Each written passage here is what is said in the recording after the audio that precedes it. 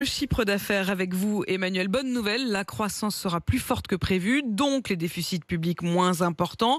Et puis avec les rentrées de TVA, d'IR, d'IS et de cotisations, on va se retrouver avec une cagnotte de 14 milliards. 14 milliards, qu'est-ce que le gouvernement va faire de cet argent? Mais oui, c'est la hantise de tous les ministres de l'économie, avoir des déficits publics plus faibles que prévu, parce que depuis 1998, il y a ce syndrome de la cagnotte. Rappelez-vous, cette passe d'armes entre le gouvernement Lionel Jospin de gauche et le président de la République, Jacques Chirac, qui dit, mais attendez, qu'est-ce que vous allez faire des 14 milliards de francs à l'époque qui sont liés à des déficits publics plus faibles que prévu? Eh bien oui, Bruno Le Maire est face à cette difficulté. Alors qu'est-ce qu'il va faire, Bruno Le Maire? C'est franchement un problème de riche. Alors c'est un problème de riche. Mais, attention, des déficits plus faibles que prévu, c'est quand même de l'argent que vous n'avez pas. On est bien d'accord. Donc, Bruno Le Maire, il dit quand même, on va rembourser une partie de la dette et des déficits parce qu'il faut envoyer des signaux positifs à nos partenaires européens et surtout au marché financier pour montrer qu'on n'est pas totalement irresponsable. Et puis, de toute façon, le débat, il sera pas tellement important puisque l'argent, il a déjà été dépensé.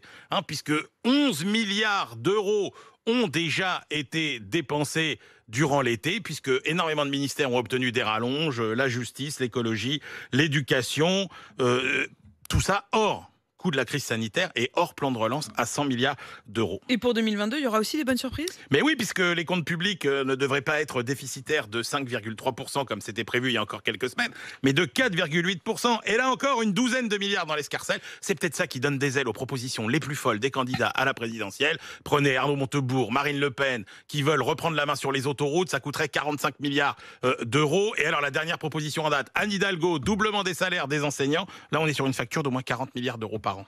Donc réduire À les dépenser, déficits, on sait faire. on voit que c'est une priorité pour personne. Absolument.